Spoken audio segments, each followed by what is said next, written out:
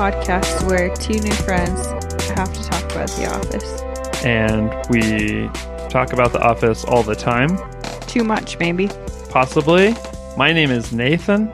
I'm Addie. What's up? What's up? So here's the deal.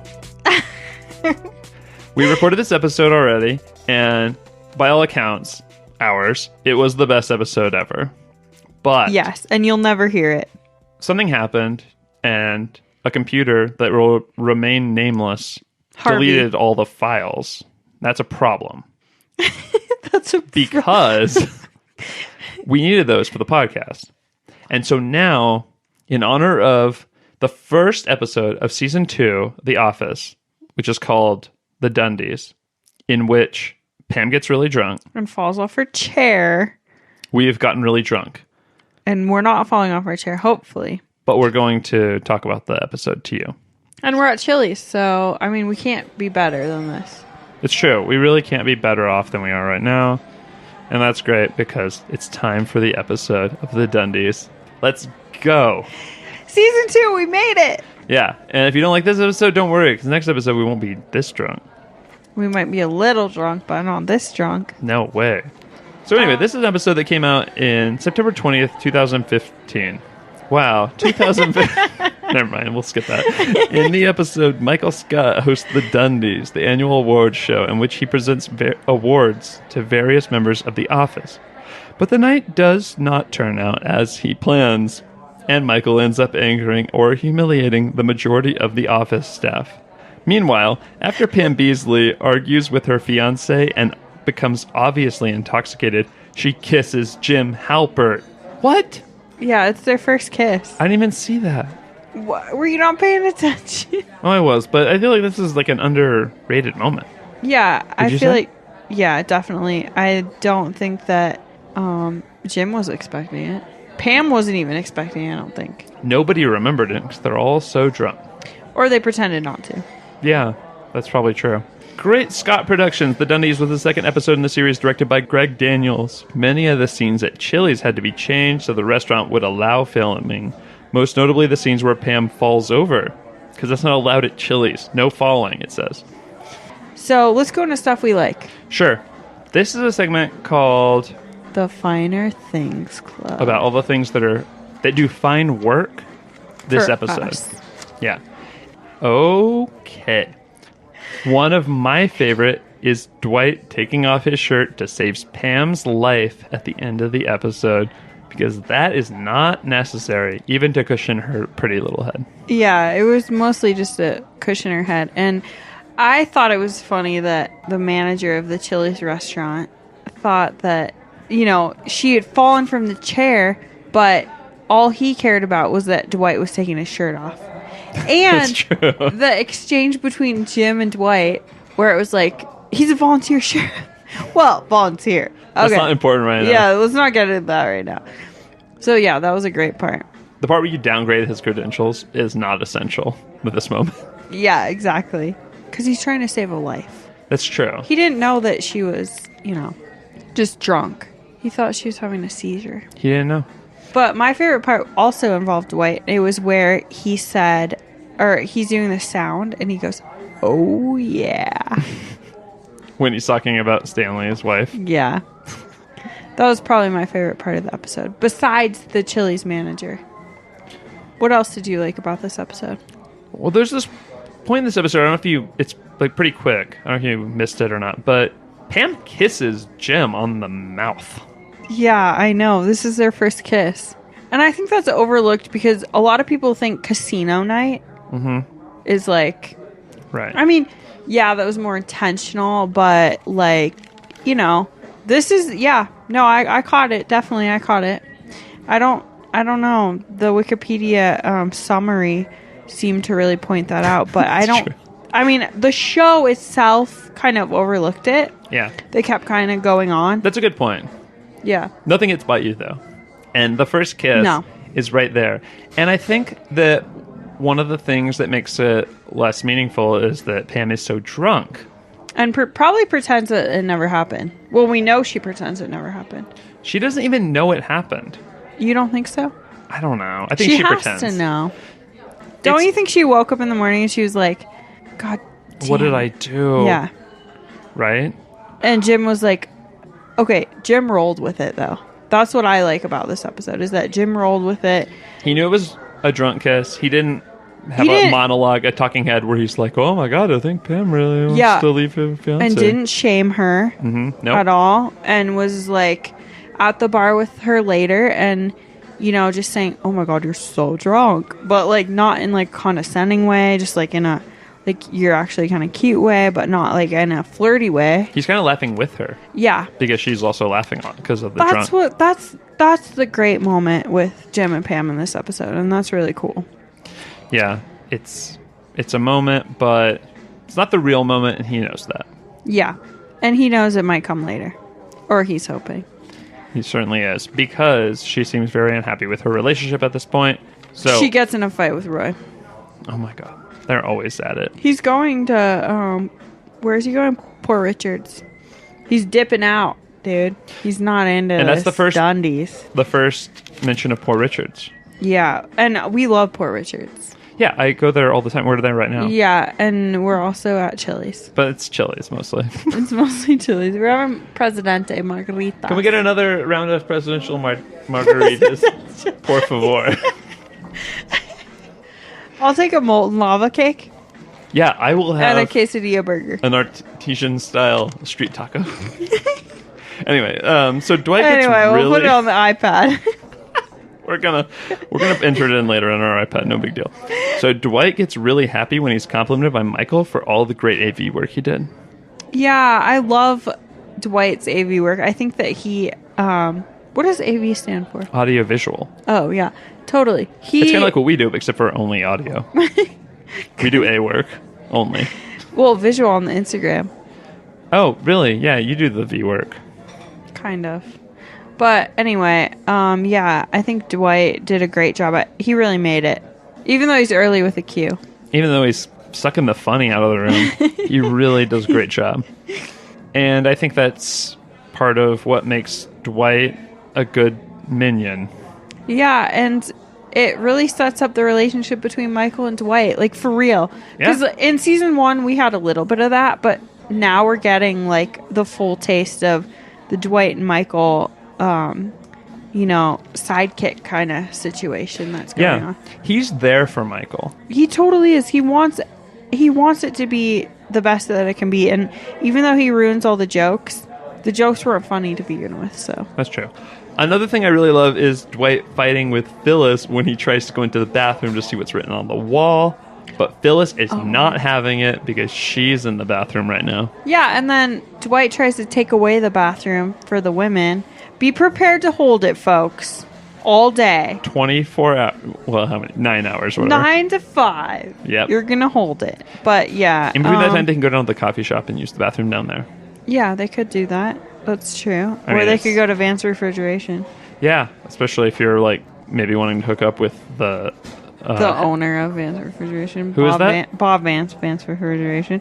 What line of work are you in? But yes, that was a great moment. I wish that would have gone on a little longer. Because I feel like that was a subplot that wasn't really developed as much. The bathroom? What? Bob Vance? No. We just made that up.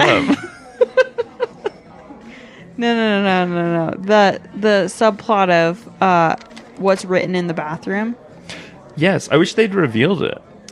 Yeah, we never knew what happened. Well, who wrote it? Well, we do know who wrote it. It was Pam. We know who wrote it, and also I wish it weren't revealed because that would be finite, and that's not as interesting. So what do you think it said? I think it said Michael has a thing that's so small. You'll never guess what it is. A micro machine. But you only see where it ends, not where it starts. That's right. Well, no, I don't know. I actually do think it's funnier that we don't ever know. So when I say I wish, it's one of those fan things. You wish you knew it, but you actually don't. Right. But I think it's actually pretty funny that Pam wrote it because I wasn't expecting that. Because she's so meek. Mm-hmm. And also she doesn't usually have a Sharpie with her. Yeah, exactly. And she revealed that when she was drunk. The shirt. Oh, That she she wrote doesn't it. have a Sharpie. No, that she wrote it. Yeah. You're Okay, right. because Jim says that. I don't know if she revealed it then or if she revealed it earlier. Yeah, because she says, I wish. They talk about it later. Yeah, they talk about it. Which was a nice moment, too. Very nice moment. That's another finer thing that we love, but let's move on to the next section. The characters. Or the documentary. What do we want to talk about? Let's talk about the documentary. We got to make sure YouTube comes on to film this. Absolutely. One thing I noticed is that the footage looks way better than it did in the first season. It does. And this is the first off-site. Well, I mean, we've had the parking lot. But that's on property. Company Yeah. property. Mm-hmm. And with company property. Yes. So, double jeopardy. But now we're off-site. Anything can happen. That's People right. aren't liable, you know? Or they are liable. They're on the Chili's watch. new golf course. What's it called? The place where business is done. It's called Chili's. That's right. They're there. And it's a great place, I will say. I'm enjoying my time here.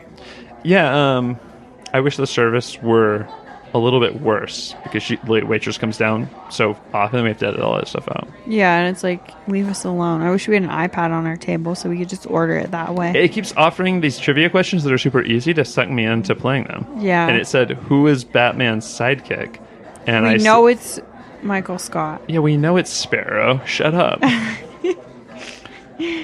So off-site, we're off-site for the first time. There's got to be at least 2 or 3 cameras. Okay. I was thinking 4, but that might be a little much. I mean, they have a lot of work to do, you know? Because they probably had to help Dwight carry all of his stuff. They can't interfere. They're like planet Earth. They can't interfere with the squirrel putting away acorns for the winter, and they can't interfere with Dwight touching audio equipment. I mean, I didn't see the squirrel one, but I did see, like, an iguana trying to escape, like, 10 snakes. Yeah, and do they help it? No. That's right. And I would have. They don't help. It's I like, know, I could never be a they're like, documentary. Dwight, we don't care about you dropping the equipment because of nature. Or like the waitress tripping on the cord. We don't care. We don't care.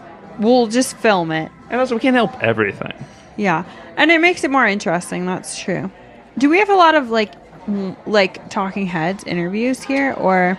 We don't have that many, actually. Yeah. Seems like a lot of just like action going on. I hope so, because I don't remember.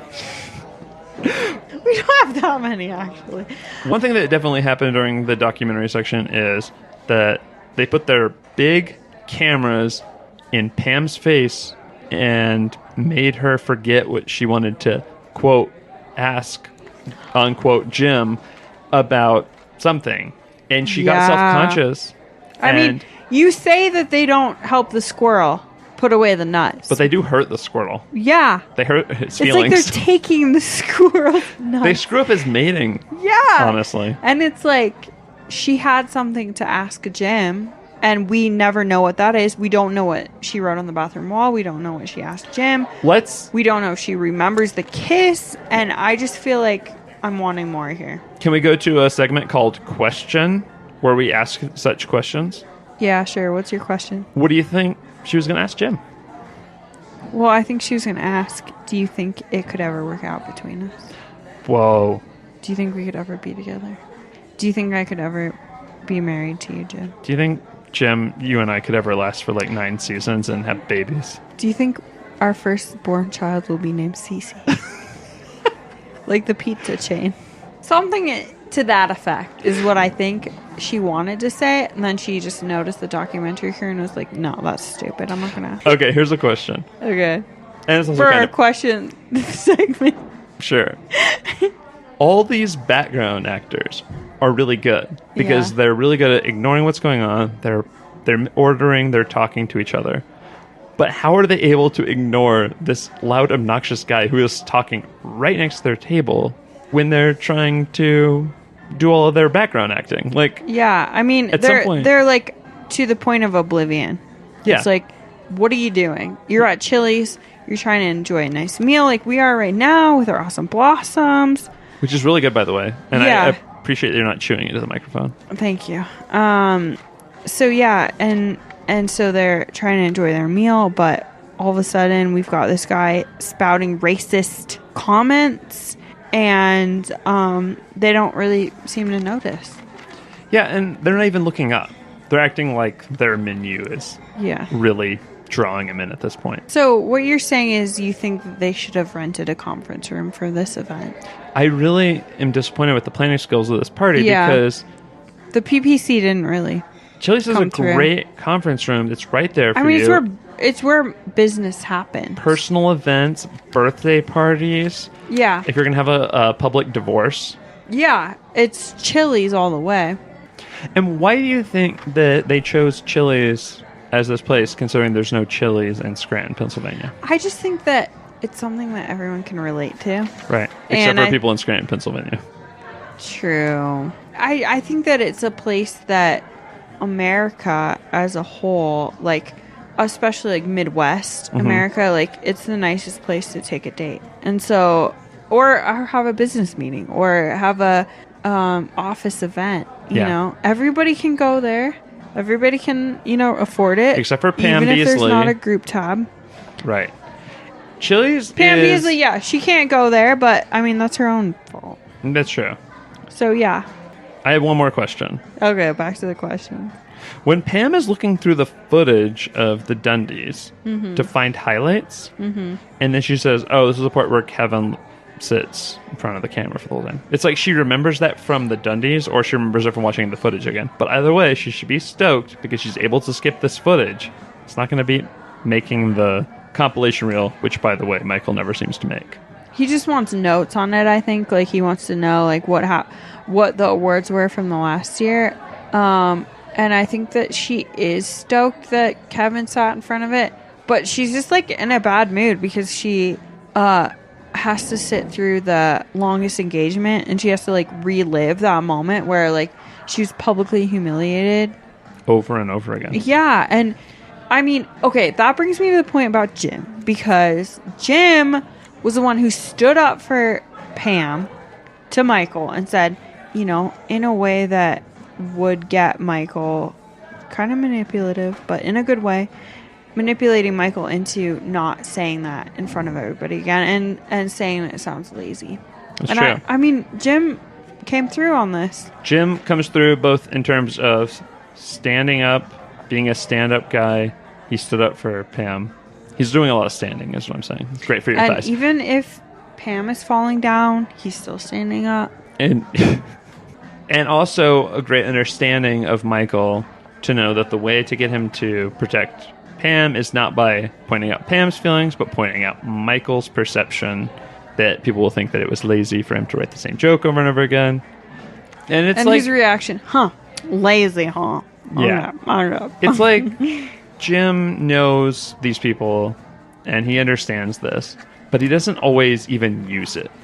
No, but it makes me feel like there's some like relevance to the way I'm feeling about the characters, because I feel like Jim kind of gets it in the way that I do. Like, he just knows how to relate in a way that no one else does in the office. Cheers. But here's another thing. What Jim is doing is also selfless in a way, because he's not taking credit for it with Pam. No. He's not saying, I'm going to get that joke dropped. But in addition to that, having that joke there actually hurts Pam's relationship with Roy, her fiance, because it highlights that he is not set a date with her. And he's wanting the whole thing cut. He doesn't want Pam to, like, realize that Roy is wrong for her. He really wants Pam to be happy. Yeah. Rather than being like that would be a thing that would really turn you against Jim if you were like, oh, your fiance certainly doesn't seem to, like, blank at this point. Yeah, exactly. I mean, Jim, season 2 Jim, he's just so good. He's an angel. He is an angel. He's definitely not the murderer. And I love that about him. He does a good job. All right, let's go on to a thing that I'm going to call trivia, even though we don't have a segment for that. Trivia question mark. Okay. So one of the things about this episode is that Greg Daniels, creator of The American Office, gave out awards to the cast members and production members of King of the Hill, and he called them the Swampies, and that was the basis of the Dundies. The origin. Yep. He found them at a trophy shop, a business salesman, for sure. Okay. Another thing is that the cast of The Office got to keep their awards that they got, which is really nice. Mambo number 5, Lou Bega's 1999 hit is... 1999, huh? Yeah. That was a good year. Yep. I was 7. Pretty good. We were like a little bit worried about Y2K, but it turned out all right so far. Michael does a parody of that in the video, and he also had his ringtone be that in Hot Girl. Mm-hmm. Next, there was a problem with Chili's where they, as mentioned in the summary, where they wouldn't let them do certain things because Pam got so drunk that she fell out of her chair. Boo hoo hoo. Happens to me every day. I don't know what's the big deal. Steve Carell fixed it by having the manager of Chili's, an actor, come and say that that's not allowed on the episode, and that allowed them to get away with it. And what a great improv from him, the improv artist. That's awesome. Because it really was a good solution, episode. And it was super funny. So funny. Because of that actor, his type thing. Anyway. She is not allowed in any of our restaurants ever again. And then Jenna Fisher on Twitter says, takes a selfie in front of Chili's and says, should I try to go in? Yeah. And then Chili's was really like, funny. all is forgiven.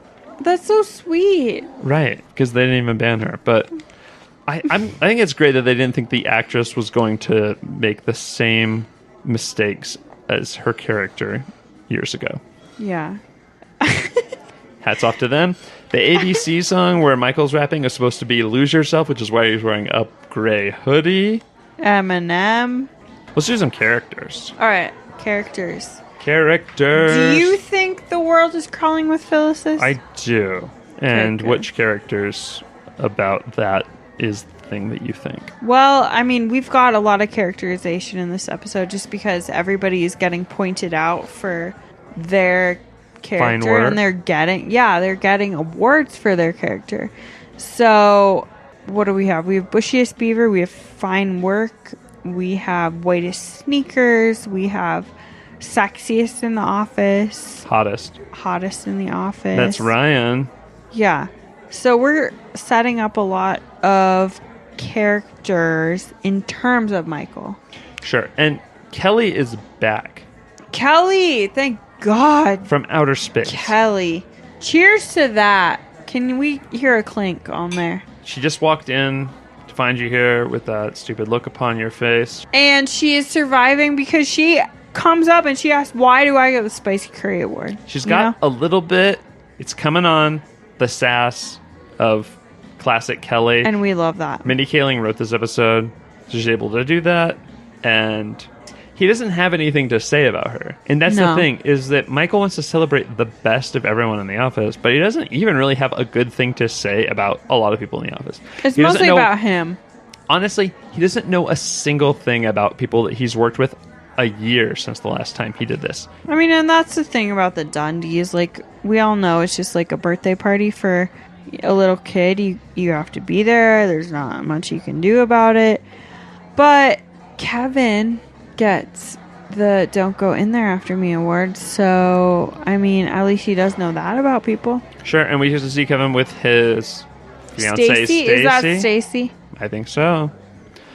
I think so. She kind of looks like Miranda from Sex and the City. Oh, good for her. But also, I know they're going to break up in the future. So, seems like they're a great couple. Yeah. Well, I think she was really turned off by that. Yeah, I think she thought he would get a better award than that. But yeah, anyway, any more characters? We get to see the first appearance of Dwight's recorder, as well as his dog-like obedience. Thank God. I love the recorder. Absolutely. I do.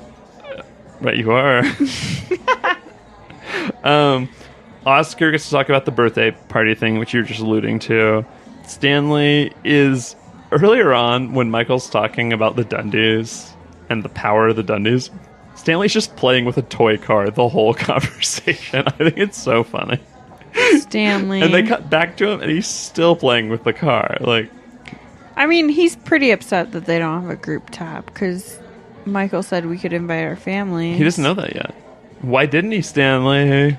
Oh, before. That's before? He tells them at the thing. Oh, my God. I don't think they would have even gone if they knew there wasn't a group tab. What Pam else? does a lot. Yeah, she does. She has the whitest sneakers. I will say that I think that she's kind of annoying Right. being drunk. I know you don't, How do you know that?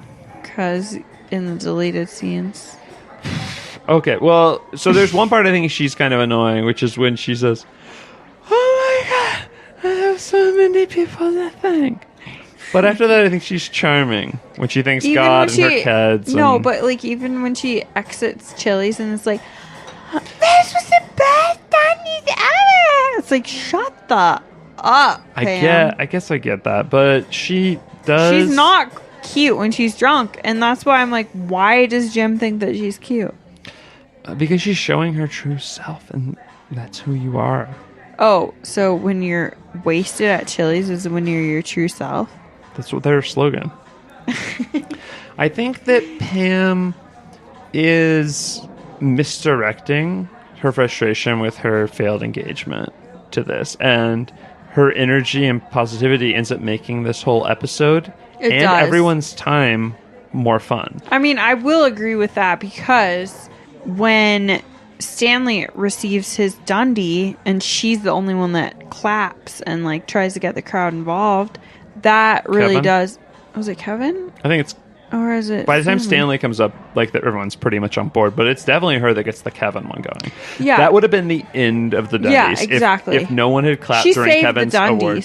Definitely. I do agree with that. Yeah. So, And this is what happens. She wants the Dundies, which are the office, and the office, which is her friendship with Jim, to go on forever, and for her not to have to go home to her depressing life with Roy, who's not even Yeah, home yet I mean, from she Port wa- Richards. she wants to not regret not going to Port Richard. Yeah, she doesn't want to think that this is it. This is the best it can get. When everyone leaves their boring job and they go off to do something by themselves with alcohol and food at a delightful establishment like Chili's, that they cannot have any fun. And so she wants to at least think that she has something going on in her life that could be fun other than Roy and the jet skis. Man. I mean, and like what you're describing is so relatable, because I think that we all have that day-to-day thing that we have to do, and we want to like figure out a way that we can have fun at it, you know? And that's why I really do appreciate Pam, even though I think she's annoying when she's drunk and her voice is really shrill. That sounds really sexist. Can we get another round of drinks over here, waitress? Oh my god! You're calling me sexist on this podcast? Think you don't appreciate women? I am shocked. I am too. I thought I'd be the one getting accused of this, but luckily I got it in there first. Woo! Anyway, Roy's a bad boyfriend. Daryl's at the Dundies, but for no reason, and he leaves. And Devin is there so that we care about when he gets fired later. Jen Levinson Gould does not approve of the Dundies, and neither does corporate, because they had so many parties this year, including 050505. And I mean, that's a good party to have. the Tsunami fundraiser, Fun. I thought I made it really clear in the flyers. it lost a lot of money, but it was really fun. Yeah. A lot of people were affected by the footage. I feel like that sort of lack of progress really comes out later during the rabies. Which is one of my favorite episodes. It's a good so I one. can't wait for that. I love when they have fun runs. Me too. And I love when Andy puts cotton balls over his nipples so they don't chafe. I know. Because I do that all the time. Yeah. I'm not, but I will from now You're about on. to say me too. Okay, Well, I let's was go already called into sexist, though. our Michael and Jim analysis called "You Never Expect You're the Murderer." Jim's not the murderer. We talked about that. Jim, no. Definitely not. And Michael, I just think that he's trying to do his best here. Yeah, I think a lot of his jokes were racist. Ping, Yeah, Ping is really a low point. fucking racist. A low point, yeah. But we have an Asian person in the audience making a weird face about it. So it's okay? So it's fine. No, it's actually worse. Okay. But that's why the show creators have shown that they're okay. So Michael has upgraded. We saw the previous version. He was wearing a tux t-shirt, which is hilarious. But now he's wearing a real tux, which is... Awesome. Yeah. He at one point says, the Dundies represents the best in every one of us. Can't you see that? And he's really shocked when Stanley says that he threw his award away. And really, I think that he's trying to boost morale. I mean, he's trying to do something that's fun for everyone, even though it's mostly about him. So is he the murderer, though? No, you know why? Why? He has much better hair than in season 1. So Jim nor Michael are the murderer. Well, I was just kidding. But he is more sympathetic because you get to see him get things thrown at him. You get to see people from outside the office, finally, as you mentioned, interact with the office. And surprisingly, they don't love it, just like American audiences for season 1. They've thrown items at him and broed him to death. I mean, and we've gotten plenty of that here at Chili's ourselves for podcasting at Chili's. Yeah, calm down. You don't even know where my mom lives. A lot of people have been heckling us. Right. We continue on. Yeah, So in that way, we are like Michael Scott. But in other ways, we aren't. A lot of ways, we aren't. Thankfully. I mean, I do believe that, you know, we do say some sexist things sometimes. Yeah, and I want to say that even though Michael has better hair than he did last season, you and I have better hair than Michael did in the second season. I agree with that, as you can see on our Instagram. Sure. So Michael does change that joke selfishly. He's trying really hard, and it's the dichotomy of Michael that we love, which is like he thinks he's saving everyone from killing themselves due to lack of recognition. But also, he is trying really hard. He does want this to be for them. And once he does get the laughs or whatever, he is willing to share them with Dwight. And he's not completely selfish. Although, through like the Pam joke thing, you do get the sense that he's mostly interested in how he comes off. And he's like kind of portraying himself as a martyr during this whole ordeal that people do not even care about. I mean, we can credit it mostly to Pam. Yeah. For saving it. And his hair. Yeah. So it's like, he's not the murderer, but like, he could be an accomplice. Absolutely. Because of the racist stuff mostly. Yeah. So, yeah. Jim's definitely not the murderer. Michael is. Good old Jim. This is a good episode. I love watching this episode. And let's give our own reviews now. So what do you think? I will say that this episode is Beach Day. 5 out of 6. And I love this episode. It's a great episode. I don't see anything wrong with it, so I'm going to give it a Beach Day. Okay. What do you give it? It's tough, but I actually do want to give this one Pretzel Day. I do really, really like this episode. Is there anything else for this episode? I want my baby back, baby back, baby back. I want my baby back, baby back, baby. Chili's baby back ribs. They don't get any of those, but if they did, I'm sure it'd be on individual checks. Separate checks, yo. Separate checks. Yeah. Okay. But anyway, yeah, we gotta do the Dundies for the Dundies. Oh, Dundies. Yeah. What do you give? What you do? Well, I mean, originally on the Lost File. I don't know. I'm so sorry to bring that up, but on the Lost File, I gave the Dundie to the Chili's manager for really taking charge and kicking out Pam when she needed to be kicked out. And, you know, to do that cutaway where he's like... She is not welcome in this establishment chain. And any of our locations. Yeah, that was really funny. So, and I was going to stand by that. And I think I will stand by that. I'm going to continue to give the Dundie to that guy. Even though I really, after, you know, a couple drinks, a couple martinis, I really want to give it to Jim. But I'm being swayed. By what, the past? Just the martinis, I feel like, are telling me to give it to Jim. But I'm going to give it to the Chili's manager. All right, that's your call. I know, but let me defend it. Okay. Jim will get a lot of Dundies in the future. I feel like he has a lot of opportunities. That's true. He doesn't need any more Dundies. No, and like the Chili's manager, this is his only opportunity to receive a Dundie. That's absolutely right. I'm giving my Dundie to Jim. What the? Because he's great. He's like the perfect selfless, maybe kind of manipulatively going for someone, but he's like, he's got it going on. He joins in with Pam. Just like Stacy's mom. Yeah, true.